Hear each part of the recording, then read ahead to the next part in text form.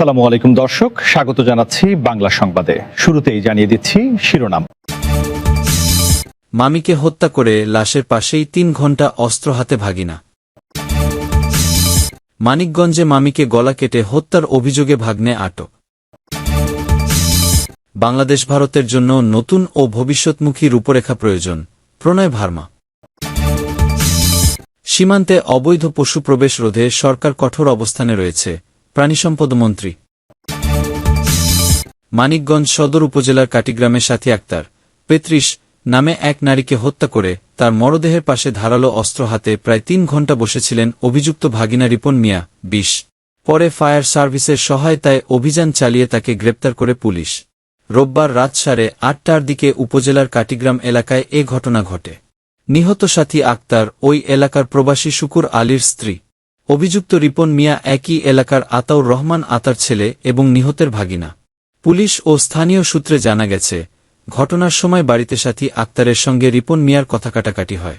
এক পর্যায়ে রিপন ধারালো অস্ত্র দিয়ে সাথী আক্তারের গলায় আঘাত করেন। এতে ঘটনাস্থলেই তার মৃত্যু হয়। হত্যাকাণ্ডের পর রিপন ঘরের দরজা বন্ধ করে মরদেহের পাশে অস্ত্র হাতে বসে থাকেন। পরিবারের সদস্য ও স্থানীয় লোকজন দরজা খোলার চেষ্টা করলেও ব্যর্থ হন। পরে পুলিশকে খবর দেওয়া হয়। খবর পেয়ে মানিকগঞ্জ সদর থানা পুলিশ ও ফায়ার সার্ভিসের একটি দল ঘটনাস্থলে যায়। দীর্ঘ চেষ্টার পর রাত 11:30টার দিকে ফায়ার সার্ভিসের সহায়তায় পুলিশ ঘরে প্রবেশ করে রিপন মিয়াকে আটক করে। এ সময় তার কাছ থেকে হত্যাকাণ্ডে ব্যবহৃত ধারালো অস্ত্র উদ্ধার করা হয়। মানিকগঞ্জ সদর থানার ভারপ্রাপ্ত কর্মকর্তা ওসি ইকরাম হোসেন বলেন, এক নারীকে হত্যা করে ঘরের ভেতরে অস্ত্র হাতে অবস্থান করছে এমন খবর পেয়ে পুলিশ ঘটনাস্থলে যায়। পরে ফায়ার সার্ভিসের সহায়তায় অভিযুক্তকে গ্রেপ্তার করা হয়েছে। মরদেহ উদ্ধার করে ময়নাতদন্তের জন্য পাঠানো হয়েছে। তিনি আরও বলেন, এ ঘটনায় আইনগত প্রক্রিয়া চলমান। মানিকগঞ্জ সদর উপজেলার কাটিগ্রাম এলাকায় মামিকে গলা কেটে হত্যার অভিযোগে রিপন মিয়া নামে এক যুবককে আটক করেছে পুলিশ। রোববার ২৪ মে রাতে এ ঘটনা ঘটে। হত্যার শিকার সাথী আক্তার ২৮, এক ছেলে সন্তানের মা। তিনি কাটিগ্রাম ইউনিয়নের প্রবাসী শুকুর আলীর স্ত্রী।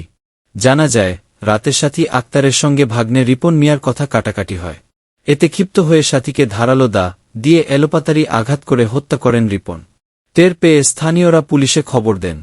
পরে পুলিশ ঘটনাস্থলে গিয়ে রাত 11টার দিকে লাশ উদ্ধার করে ময়নাতদন্তের জন্য মানিকগঞ্জ মেডিকেল কলেজ হাসপাতাল মর্গে পাঠায় ও হত্যাকারী সন্দেহে রিপনকে আটক করে। মানিকগঞ্জ সদর থানার ভারপ্রাপ্ত কর্মকর্তা ওসি ইকরাম হোসেন বলেন, এ ঘটনায় প্রয়োজনীয় আইনানুগ ব্যবস্থা নেওয়া হচ্ছে।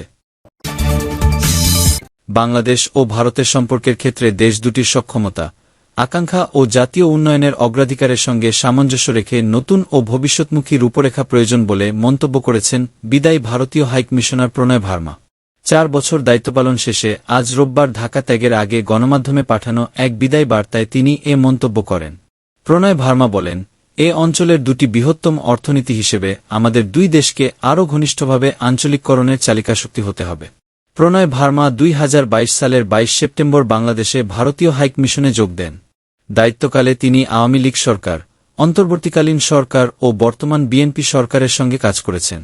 ভারত সরকার সম্প্রতি তাকে বেলজিয়াম ও ইউরোপীয় ইউনিয়নে ভারতের পরবর্তী রাষ্ট্রদূত হিসেবে নিয়োগ দিয়েছে। বিদায়ের আগে তিনি প্রধানমন্ত্রী তারেক রহমানের সঙ্গে সৌজন্য সাক্ষাৎ করেন। এ সময় প্রণয় ভার্মা দুই দেশের মানুষের পারস্পরিক কল্যাণ ও যৌথ উন্নতির জন্য বাংলাদেশের সঙ্গে বহুমুখী সম্পর্ক আরও গভীর করতে ভারতের ইচ্ছা পুনর্ব্যক্ত করেন। প্রধানমন্ত্রী তারেক রহমান দ্বিপক্ষীয় সম্পর্কে অবদানের জন্য প্রণয় ভার্মাকে ধন্যবাদ জানান এবং তার পরবর্তী কর্মস্থলের জন্য শুভকামনা জানান। তারা দুই দেশের উন্নয়ন অগ্রাধিকারের ওপর ভিত্তি করে পারস্পরিক সহযোগিতার বিভিন্ন সম্ভাব্য ক্ষেত্র নিয়ে সংক্ষিপ্ত আলোচনা করেন। বিদায় বার্তায় প্রণয় ভার্মা বলেন, বাংলাদেশে কাজ করতে গিয়ে তিনি বুঝতে পেরেছেন এই সম্পর্কটি কতটা বিশেষ ও অনন্য। তিনি বলেন, আমরা অভিন্ন ভৌগোলিক অবস্থান, ইতিহাস, ভাষা ও ঐতিহ্যের বন্ধনে আবদ্ধ। আমাদের মধ্যে সাংস্কৃতিক মিল এমন, যা অন্য যেকোনো দুই দেশের মধ্যে খুঁজে পাওয়া কঠিন। আরও গভীরভাবে 1971 সালে বাংলাদেশের মহান মুক্তিযুদ্ধের সময় আমাদের যৌথ আত্মত্যাগের মাধ্যমেও আমাদের আবেগের সম্পর্ক রয়েছে। তিনি বলেন, বাংলাদেশ ভারত সম্পর্ক মূলত গুরুত্বপূর্ণ পারস্পরিক নির্ভরশীলতা ও আন্তঃসংযোগের একটি সম্পর্ক। একটি সমৃদ্ধ বাংলাদেশ যেমন ভারতের স্বার্থে প্রয়োজন, ঠিক তেমনি একটি সমৃদ্ধ ভারতও বাংলাদেশের স্বার্থে সমান গুরুত্বপূর্ণ।